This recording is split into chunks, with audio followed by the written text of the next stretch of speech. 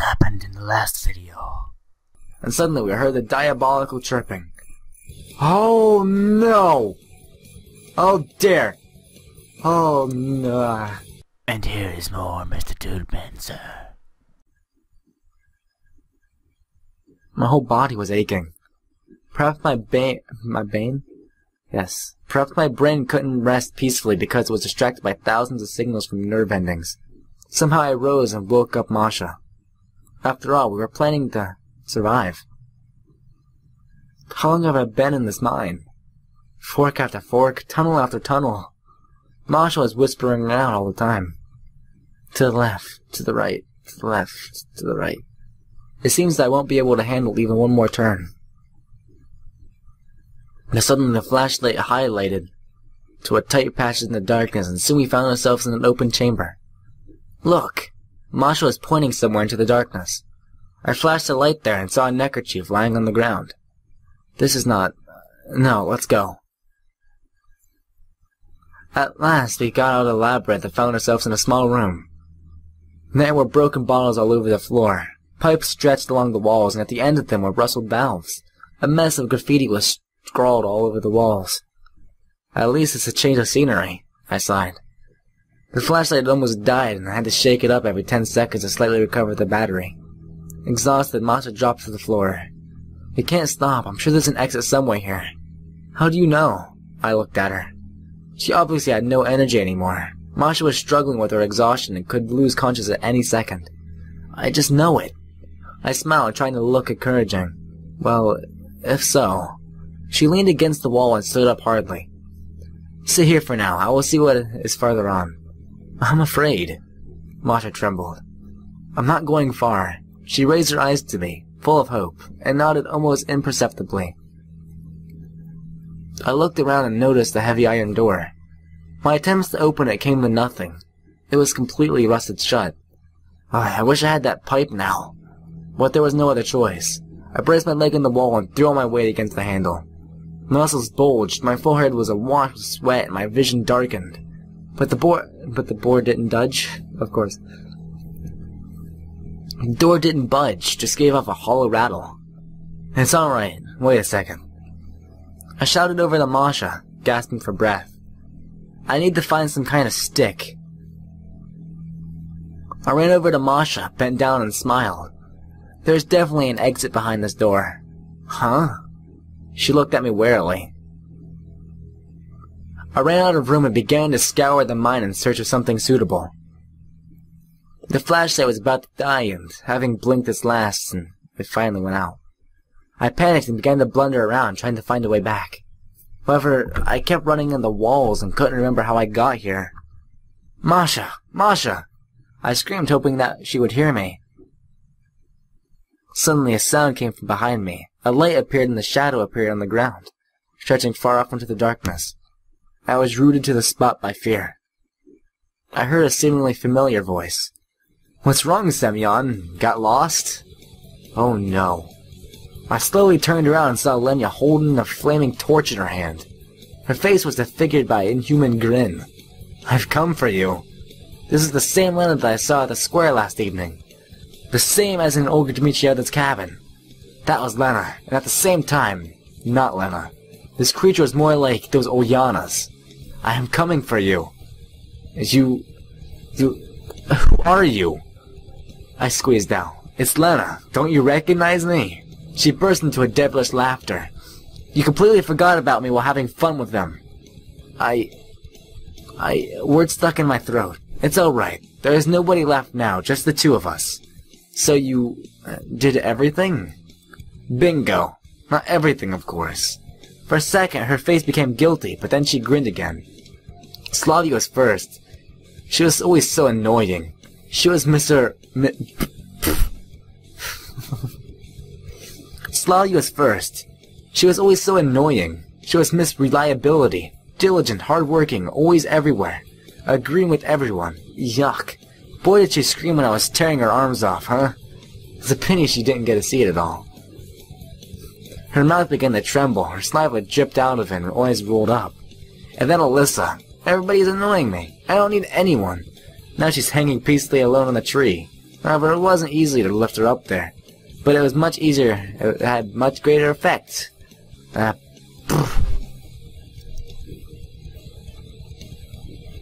then Alyssa. Everyone is annoying me. I don't need anyone. Now she's hanging peacefully alone on a tree. However, it isn't easy to lift her up there. But it had much greater effect. How you all screamed, huh? Like pigs in a slaughterhouse. Then his face was twisted by a grin of sick pleasure. Alright. Oh dear. That's mean. Miku! You're not touching Miku! Then it's all over! She produced a giant cleaver covered with blood from her back. Well, actually, it seemed to me that she lost in thought. I don't know what that crap in the form of Yana was. Her and the other pioneers weren't killed by me. What does really... I need to calm down a bit. It's too intense. I don't know what that crap in the form of Oyana was. Her and the other pioneers weren't killed by me. But does it really matter now? She shook the torch and it flared out in a second. Wait here, I will be quick. Her devilish laughter came from behind me. That means she went after Masha. I must do something quickly. But I have absolutely no idea which way to run. The darkness completely disoriented me. Screw it. I ran the way I assumed Lena went. After only a short way I painfully smashed into the wall. I turned around, trying to move slowly, but I stumbled over another obstacle, fell down and screamed with pain. Trying to arise, I realized I couldn't put any weight on my left leg. It seems like I twisted it. I tried to crawl, but I worked out badly. The whole mine floor was covered in sharp stones, rusty nails, and broken boards. After only a short way, my arms were torn into bleeding pieces of meat and my eyes couldn't be opened because of the dust and sand. I fumbled in my pockets and pulled out a matchbox. I tried to light the match with my shaking hands, but I couldn't get them light. Calm down. Calm down, I muttered. At last, after the 5th try, my mind was lightened by a dim light. I quickly orientated myself to work down, which I had to run. It seemed to me that only a few seconds passed before I found myself in the room where I left Masha. The last match went out, but I just had enough time to see Lena raising her cleaver above Masha. I rushed towards them, screaming, and dived forward. My hands suddenly collided with something. I fell to the ground and began smashing everything around me. Most of my punches didn't hit the mark, but when my hands felt something soft, I heard a moan and dead silence set in. I rolled into my back and started breathing heavily, inhaling a dry air greedily. Masha? I called. Heard quiet sobs. Are you still alive? Yeah, she whispered. Did she get you? No. I began to fumble in the darkness and soon found the torch and the lighter.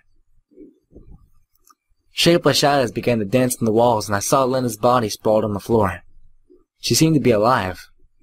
I was going to finish her. Don't. Masha crawled right over to me and grabbed my leg. But we can't just... You don't need to. Of course Lena wasn't going to blame anything. But... Of course Lena wasn't to blame for everything. But she's the devil incarnate. There's no way we can let a human like her, if she can still be called a human, alive. But when I looked at Masha, I realized that I can't.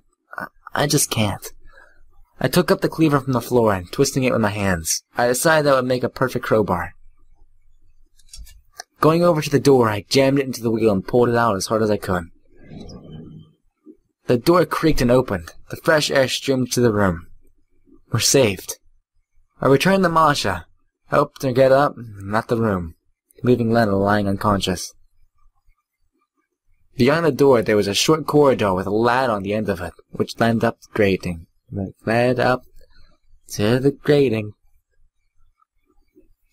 Beyond the door, there was a short corridor with a ladder at the end of it, which led up to the grating. I climbed up and pulled on it with all my strength. The grating fell down with a clash, and we climbed out. I fell to the grass. Grass? Definitely grass. I fell to the grass, exhausted, and looked around. Again this square. Again this camp. The bright red dawn was breaking in the east, burning the tops of a distant forest. The last stars winked at me, unaware of everything that had happened here. Masha rested her head on my shoulder and pointed up to the sky with a trembling hand. I wish we were there. Though we were not out of a dungeon, Though we did. And though we got out of the dungeon, nothing's over. Crowds of zombie Oyanas are wandering through the camp, and insane Lena is lying underneath, and heaven knows how much is more devilry we'll encounter here. I really want to sleep. I didn't know how to answer her, because I don't know where to run. I don't know where we could be safe. I don't know how to return to our world. Sleep. I patted Masha's hand. Listen, this would be a great script for a film. She laughed out loud. I looked at her in horror. Masha was smiling. But her smile wasn't diabolic like that of Lena's. It was pure, honest, maybe even childish.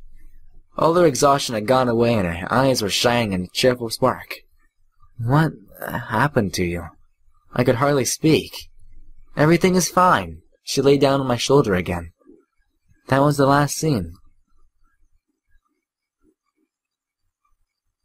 Suddenly I felt my strength leaving me.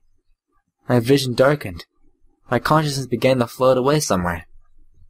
I was lying in silence, and the only sound of Masha's breath could be heard. Not the grasshoppers chirping, like all of them had died last, but only Masha's steady breathing. And her smile.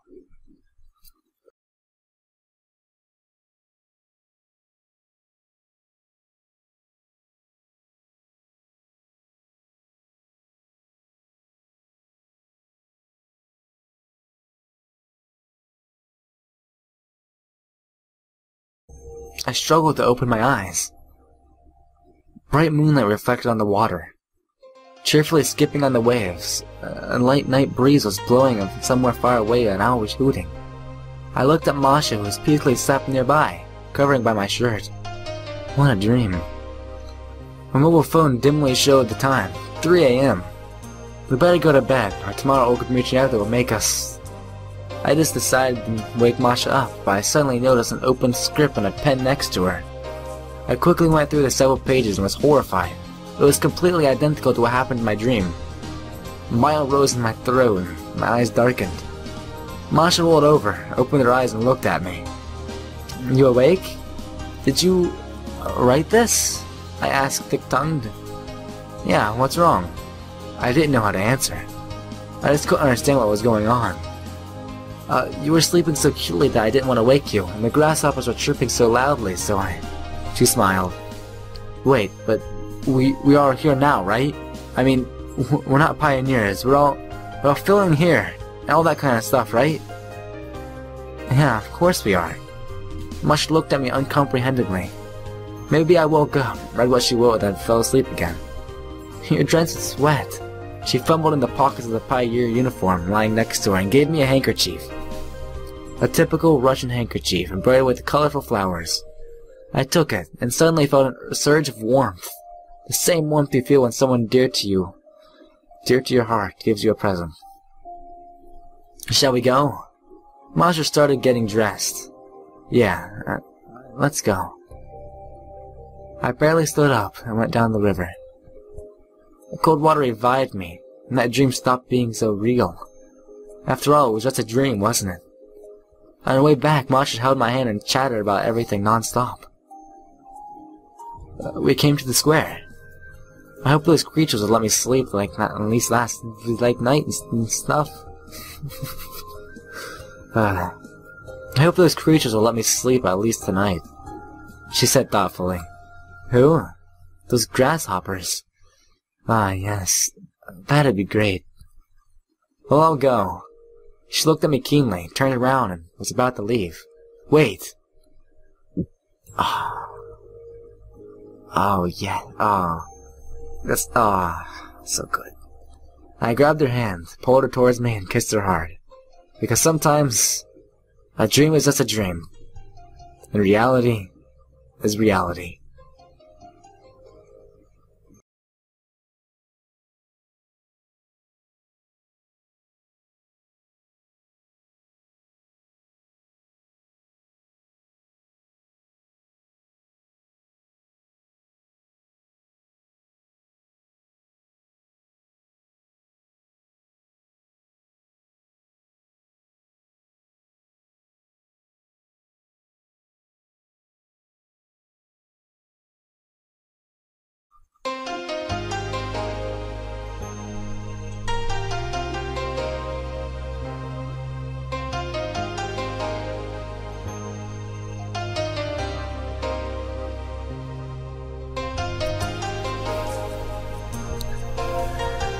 Whew. That was, a weird thing. Usually those stereotypical it's all a dream endings are, frowned upon by me. But, this one was better than that. It took it and used it for reality. The whole dream had a reason. And that's why it's good. I enjoyed the whole horror aspect. I was genuinely scared most of the time, but just the whole inspiring things, everything that happened, it's great.